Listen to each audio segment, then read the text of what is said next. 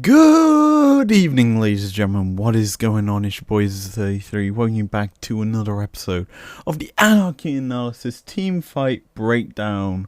Today we're covering Team Liquid and FlyQuest, who are doing battle on the Rift. And what this essentially is the finalists from spring taking on the team that's been on a massive surge, a 7-game win streak, and are currently sitting joint first in Team Liquid. It's a big battle here that I've got quite a lot of big eyes on, I guess is the best way to put it, and as such I want to break this down, cover a team fight in particularly on the strength of the teams involved and what a gold advantage means in an actual game of League. Now, without further ado, DJ, spin the dial, get this music flowing, and let's get into Champion Select. So, let's get into Champion Select. We start with the bans. TL decide to remove from the field the Pantheon, the Trundle, and the Karma, and FlyQuest remove the TF, the Aphelios, and the Azir. These 6 bans are quite big bans. Karma's risen in the ban priority quite a lot in recent weeks, obviously providing a tank threat in the top lane as well as a strong support to provide a bit of movement and a lot of poke and harass to your team comp, especially when you draft, say, an Ezreal alongside it. Trundle being banned means that we're most likely going to be seeing some tanks in either team comp, like in the top lane or even in the mid lane. As a whole, it does make it a bit more open in terms of what can be drafted for either of these teams, and as such these bans do kind of contain the OPs with like the TF, the Azir, and then Pantheon, who's risen to priority as a support. But that's the first round of bans. Let's jump into first round of picks. First pick is going to be the Volibear for Team Liquid. A very strong top/jungler, obviously got a good dive potential going through turrets, turning him off. And as such, he's very, very strong in the current meta, where you're looking to obviously get that early advantage to snowball into objective taking, which Volley is very good at doing with the high amount of attack speed in his kit. The response though from FlyQuest is the set, so they kind of lock in their own flex pick that obviously can go top, jungle, and also support.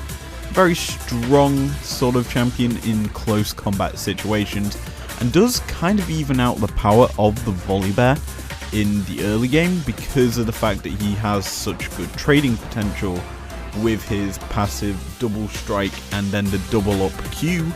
It's very, very strong as a champion and can do a lot of damage. Paired alongside it though is going to be the Ashe. Now this is NA Ashe, not EU Ashe, which has a negative win rate. I think it has the worst win rate on any champion in the league, and essentially very strong in terms of locking up targets with the arrow and going for picks. She can obviously scout out areas and objectives with her hawk shots, and as such can basically control the map. And a champion that can control the map, similarly to Ashe, is a Bard. He is the objective king. He's made it onto my OP list.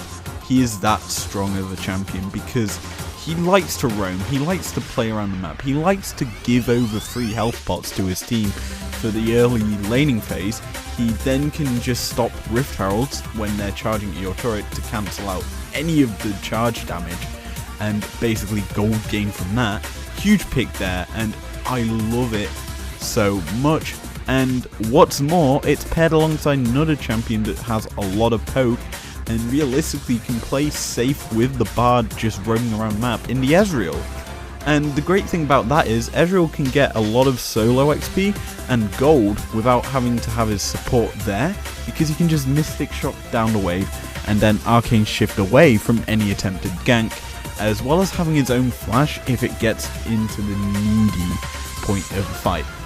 But the response though is the engage tool for FlyQuest to pair so well with the Ash Arrow and the Showstopper ult. It's going to be the Rakan, a champ obviously using the quickness and the Grand Entrance allows a lot of lockup onto a target, and essentially a very strong pick in the current meta that has obviously in NA started to rise in priority pick, because obviously Rakan was kind of dropped off in recent months since probably the start of this split, and as such it coming back into meta kind of plays into this engage heavy style of champion picks, and obviously he does have tools that allows him to get this team fight going, which teams are more looking to do than obviously split push the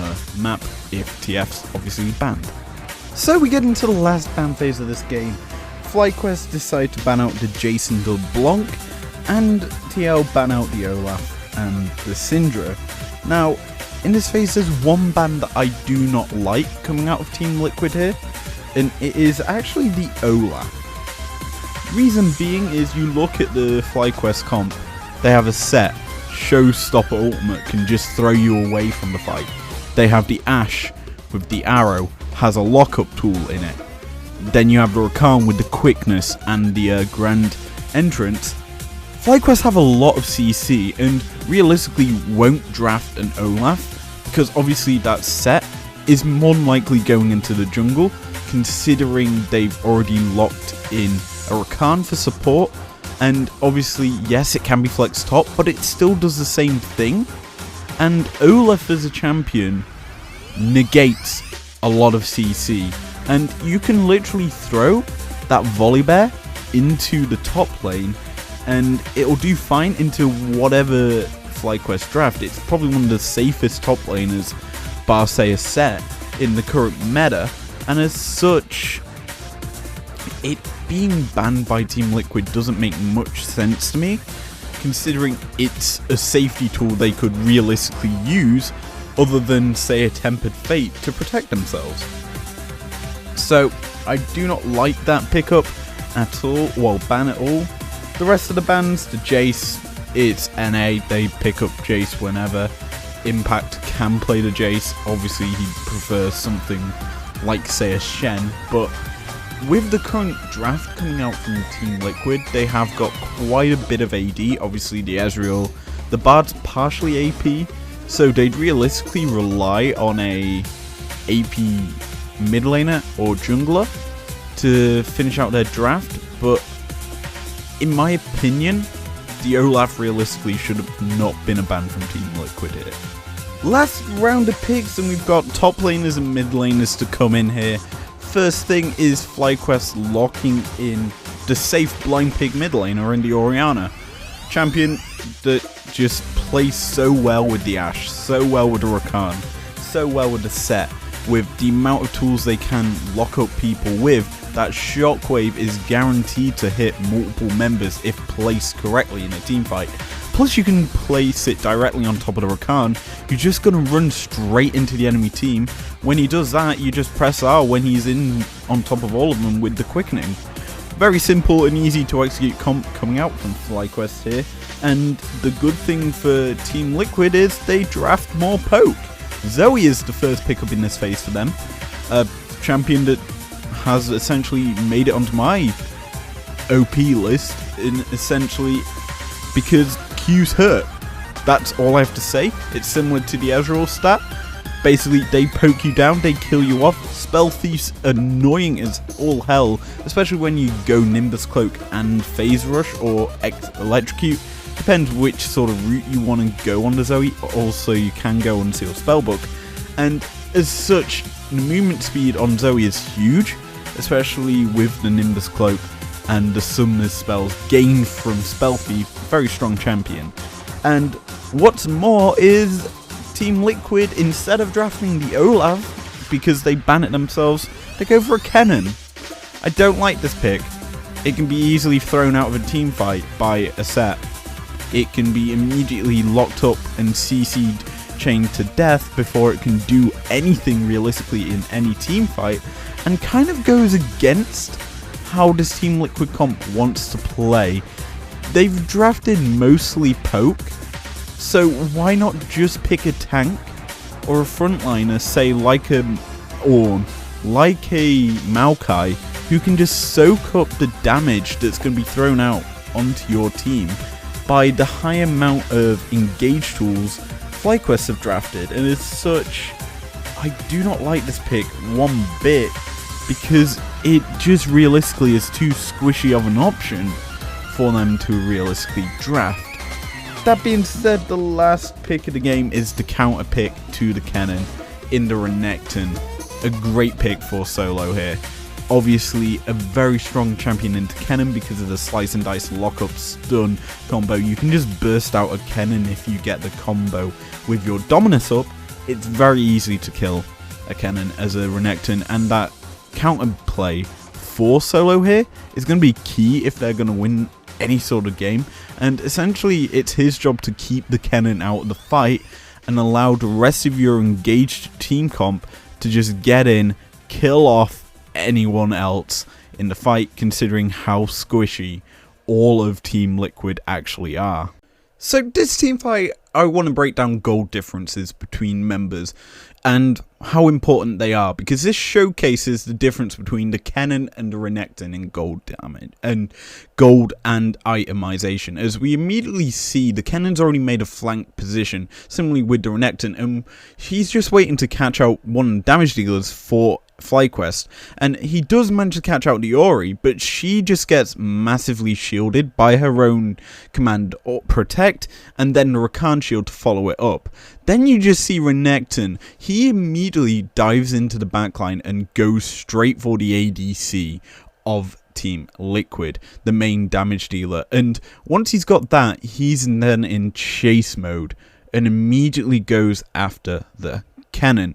This is a big thing to note, as if we rewatch this clip in a second, what we end up seeing is the fact that Renekton immediately went in target mode straight onto the carry, similarly to how the Kennen did. He landed his full combo onto the Ezreal. His killed. Kennen's did not, and there's a few factors into that. So, my first point to cover about the big difference in this team fight is the item difference. Let us focus in on this top side matchup. Yes, the CS is a big difference. There's a massive gold difference there. Renekton has 2 kills, has a 250 gold bounty. But we need to look at the items more importantly into what that actually means. Now, Renekton has Armor Pen in the Black Cleaver and the Last Whisper, as well as his Death Stance to provide him some survivability with a bit of magic resist in that item. Kennen, on the other hand, has been forced into Zhonya's to provide himself some armor to survive some burst, as well as the fact he has the Zhonya's to obviously make sure he can land his ultimate in a team fight and actually get it off. Similarly with the Proto Belt to chase down targets. But the big thing here is, you look at the itemization, it's not too much AP on that Kennen. Yes, he is starting to build it up with that amplifying tome in the back pocket, but you look at who he's targeting, he's going towards an Orianna who has her Seraph Embrace. That provides a shield, and she also has her magic resist boots. Nearly all of the FlyQuest side have magic resist boots, Mercury treads, so the lockup from the Kennen ult is going to be nullified by quite a bit, as the CC reduction from the boots is huge, and more importantly, the only member without that is the Ashe, who's focused more into the QSS, which is magic resist in its own self. So pretty much all of the FlyQuest side has MR, and considering the Kennen's wanting to be the one to lock everyone up and then burst everyone down with the AP, essentially his ult's going to do little to no damage, and as such he is not probably going to be able to burst out anyone with his full combo, unless he gets follow-up poke from the Zoe and the Ezreal. That being said, you look at the Renekton, as we said, he has the Black Cleaver, he has the Last Whisper. Essentially, if the FlyQuest lineup, say, goes straight onto the Ezreal, forces the QSS to be popped, it essentially means the Ezreal is dead, because Renekton can just then dive, follow him, and then because that armor from the Iceborne Gauntlet is not going to be too much, essentially he's just going to get bursted out, and the Ezreal hasn't built any armor other than the Iceborne Gauntlet. He hasn't got Ninja Tabby. He's essentially going to die to the full Renekton combo, and as such, that is what we see. The second thing I want to talk about in this fight is positioning, and this plays quite a big part in the setup, as well as the fact on the outcome of how this fight technically goes. FlyQuest have control of the Drake Pit. They're on Soul Point, so they know there's got to be a fight here if Team Liquid want to stay in the game. And the thing here is, they know that there's only 3 members or 4 members here, and Impact is not in vision. That usually, if your Kennen is not in vision, FlyQuest kind of know there's going to be a flank coming out here. Similarly, Solo is on a ward, and Team Liquid have hinted that they know he's there, so he knows that he's on the ward. Essentially, Team Liquid know where the flank's coming from FlyQuest, and FlyQuest doesn't know where the flank's coming from Impact. So FlyQuest play this quite smart. They send Ignar off to go search for him, and because Rakan has mobility in his kit to get back into a fight as well as provide shielding with his protection, he can just go off, come back with quite an easy re-engage, as well as the fact he could technically look to pincer in Team Liquid and go for the fight himself if he goes over the wall, because they know where the Team Liquid team is. And as such, essentially what happens is FlyQuest know, okay, well, if we're going to get Kennen ulted, it's best to split up. So what we end up seeing is Ori going up towards Rakan to hopefully look to combo the quickening with her shockwave to basically burst out and kill off all the members that are around where Team Liquid are in this picture. And then we do see Ashe around the Drake Pit, who could essentially try and pull the Team Liquid members down to her and the set, in order as they're starting, say, the Drake and looking to burst it out, as they know they've got a flanking position that can essentially come round and kill off the Team Liquid members. And as we play this clip, we see the fact that Ashe goes down to the right, and then the Ori goes upwards and a bit more to the left, and because she walks right next to where the Kennen is, the ult from Kennen comes out, and it only hits one member. And as stated before, Ori has her own Seraph's Embrace shielding, she has the Mercury Treads, and she also has got the Rakan literally right next to her to provide shielding, as well as an Ashe heal, if need be, to essentially keep her alive, to basically outlive the Kennen burst damage. And as such, this fight is realistically favoured because the main engage tool from Team Liquid has just been used, and FlyQuest have all of theirs, and when you have all your engage tools, it's very easy to win a fight when there's no engage for Team Liquid, and as such, that's the other reason why FlyQuest won this fight. Pretty simple. So, let's end out this video without ragging too hard onto Team Liquid's drafting. Yes, I don't think that was the best draft they could have done there. Do I think they banned out the Olaf, which is a pick they realistically should have took? Yes. Do I think, though, that they had a good idea on the execution of their comp? Yes. They managed to set up a flank. They managed to execute them team fights to some extent successfully. They executed how they wanted it to, but they allowed the Renekton to get fed. The Renekton got himself kills early, punishing the Kennen, and essentially just got off ahead before Team Liquid realistically could do anything, and as such, FlyQuest just were able to outscale, outperform, and outdamage all of Team Liquid and win this matchup. Now, that's going to be it for this video, I guess.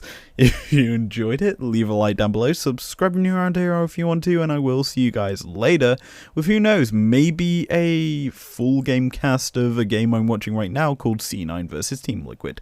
But anyway, peace out!